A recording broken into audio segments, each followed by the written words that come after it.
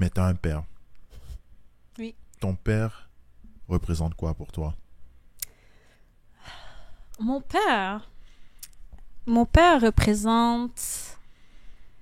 euh, En fait, c'est que mon père, je l'ai jamais aimé à la base. La première seconde que je l'ai vu, quand j'avais 7 ans, en fait, c'est que quand j'étais jeune, je savais pas que j'étais à moitié noire. Moi, j'ai grandi avec ma mère qui est blanche.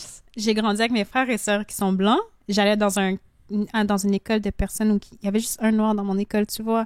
Moi, tu venais me voir, tu me disais, Audrey, t'es noire. Non, moi, je suis québécoise, je suis née au Québec, je suis pas noire.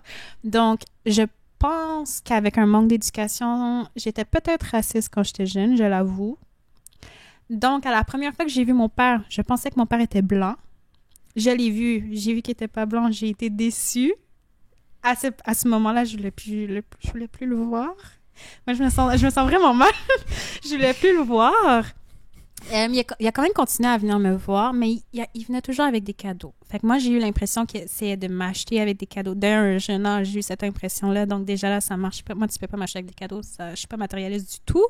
Donc, déjà là, ça marchait pas. Puis finalement, on a déménagé. Ça l'a coupé contact. Je l'ai retrouvé quand j'avais 18 ans. Mais sa famille ne savait pas que j'existais. Ils l'ont su à ce moment-là. Ce qui fait en sorte que tu sais, j'essayais de reconstruire une relation que j'avais détruite à un jeune âge. Puis là, justement, en voyant que sa famille ne savait pas que j'existais, que même lui, ça lui a pris peut-être 5 minutes avant de me reconnaître, ben c'est comme si je me suis dit, ben laisse tomber. Tu sais, si vraiment j'étais importante pour lui, il aurait fait un minimum de recherche pour me retrouver ou quoi que ce soit. Au Ok. minimum, sa famille aurait été au courant. Oui. Donc, ton père, il t'a eu, il t'a abandonné, il a essayé de reprendre contact à 7 ans. Après, ça n'a pas vraiment marché. Là, tu arrives devant sa porte, comme je m'expliquais à 18 ans. Tu Mhm. cognes à la porte. Tu dis une de tes tantes répond. Et personne ne sait t'es qui. Et là, tu m'informes que ton propre père ne savait pas vraiment si c'était toi. Ben, en fait, c'est que quand je l'ai vu, il avait l'air perdu, du genre, c'est qui elle? Puis après, il s'est réveillé, il a dit, ah, tu sais, il y a eu une larme. Est-ce qu'il était vraiment triste? Je sais pas. Est-ce que c'est la comédie pour avoir l'air de, tu sais, mon père peut être manipulateur des fois, tu vois. Fait que je le croyais pas sincère, puis on dirait que de voir cet instant-là, ça m'a comme mis Hmm. en paix avec le fait qu'on n'avait pas de relation. Ça reste que oui, aujourd'hui, on est quand même en contact. On se parle une fois de temps en temps et tout. Tu sais, j'essaie quand même d'améliorer le lien de son côté, lui encore plus, bien sûr. Je suis sa seule fille. Mais en même temps, c'est que ça fait tellement longtemps que j'ai Mhm. l'impression que c'est un inconnu. Puis il faut que j'apprenne à connaître un inconnu qui est supposé être mon père. Et je sais pas, on dirait que je suis pas là. C'est pas comme exemple, ma mère, j'ai grandi avec elle jusqu'à l'âge de 10 ans, fait que c'est plus facile. Je la connais d'une certaine partie, même si ça fait partie du passé. Mais mon père, je sais rien sur lui. Je sais Hmm. son nom de famille. Mais à part ça, c'est Hmm. c'est un peu plus difficile. Est-ce que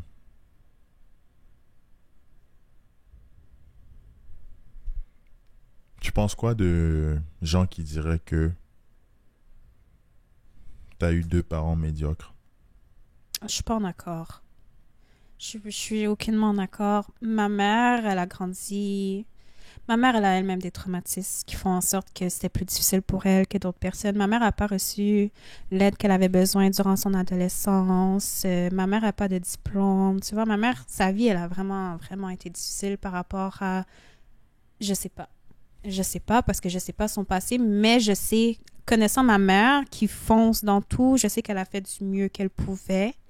Malheureusement, son mieux n'était pas le mieux que la société accepte. Donc, on m'a mis en famille d'accueil par rapport à tout ça. Par rapport à mon père, médiocre, non. Il y a un ami à ma mère qui voulait pas d'enfant. Il y a un nommé à ma mère que lui, il était pour l'avortement. Ma mère a décidé de me garder. Rendu là, il a fait son choix. Est-ce que je lui en veux? Non, pas du tout. Je peux comprendre. Tu vois, c'est... Mais est-ce qu'on est obligé de faire l'acte sexuel? Ton père? Ben regarde, je sais pas s'ils ont essayé de se protéger, je sais pas. Tu vois, Mhm. cette partie-là, j'ai pas d'informations. Peut-être qu'elle m'a... J'irai pas là parce que je le sais pas, puis je vais pas me faire des rumeurs ou quoi que ce soit. Mais oui, t'as raison, l'acte sexuel est un choix. Les gens sont conscients des conséquences. En même temps, le corps de ma mère, c'est son corps, c'est à elle de décider. Moi, je trouve ça vraiment un manque de respect de dire à une femme, va faire un avortement, je veux pas d'enfant. De C'est ça, un, ouais. si elle veut l'enfant, elle veut l'enfant. Mon père, je trouve qu'il est... Mon père, je sais pas, mon père est bizarre. Tu vois, oui, il a pas été présent lors de la grossesse de ma mère. À l'accouchement, il n'était pas présent. Ma mère m'a nommé il y a peut-être 2, 3 ans que mon père m'a vu quand j'avais 2 semaines. Que la seule chose qu'il a dit à ma mère, c'est de pincer mon nez pour pas qu'il soit trop grand parce que j'allais être laide. Tu vois, fait que c'est comme... Mon père a jamais été... Tu vois, mon père est maladroit, si je peux être polie. Mon père est très... Ouais, non, Grotesque. ouais. Fait que médiocre, je dirais 50% pour mon père. Ma mère, je donnerais 20% parce qu'il y a quand même des trucs que c'est des choix de vie. Je pense que cette conclusion-là, tu l'as du fait que ta mère, elle a eu beaucoup de traumatismes. Je suppose que ton père, il a plus vécu une vie plus normale. Ou pas. Ou tu sais juste pas. Ben, en fait, mon père, c'est un immigrant, donc je pense pas que sa vie a été facile non plus. Tu sais, je pense qu'avec l'immigration, tu vis de tes propres défis qui concernent ça. Connaissant son style de vie en ce moment qui semble difficile, je pense que mon père avait juste peur du jugement, en fait. Quand ma mère, elle a nommé qu'elle était enceinte, je pense qu'il avait peur du jugement du reste de sa famille. En même temps, tu as fait des actions, faut que tu vives les conséquences.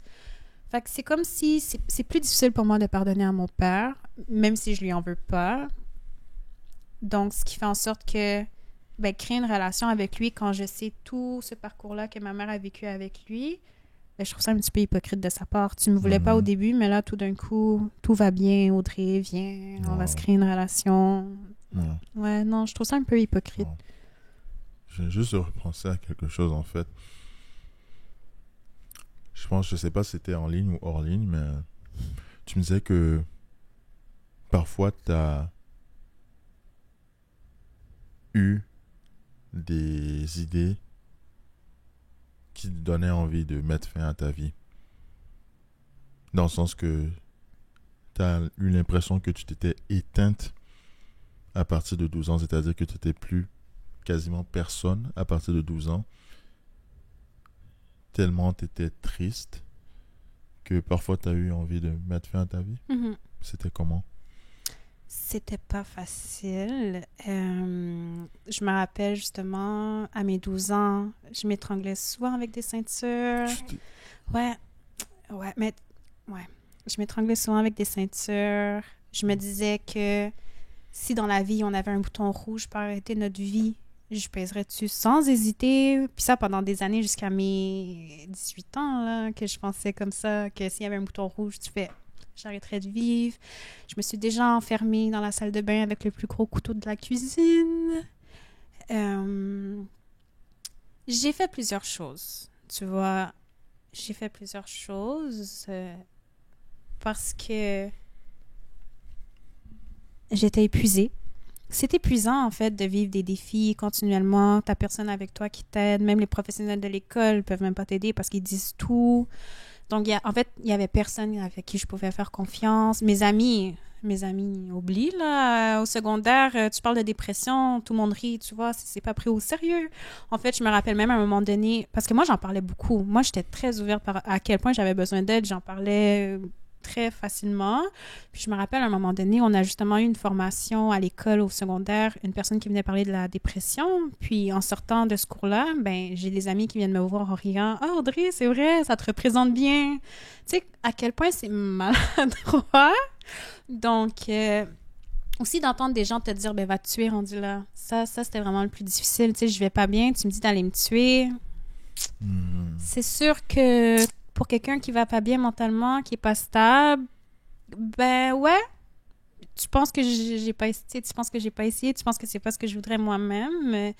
Puis en fait, c'est de réaliser que ton cerveau, il va aller vers la mort parce qu'il voit qu'il y a aucune possibilité d'aller mieux. Fait que, tu sais, c'est vraiment d'en prendre conscience, de réaliser qu'à la base, t'as pas vraiment envie de mourir. Je sais que ça sonne un petit peu contradictoire, mais c'est un moyen de survie pour ton cerveau de penser à la mort, parce que c'est comme la solution ultime qui pense. Hey, si le message d'aujourd'hui est quelque chose qui te touche particulièrement, j'apprécierais vraiment que tu parles de Parlons-nous à quelqu'un que tu connais.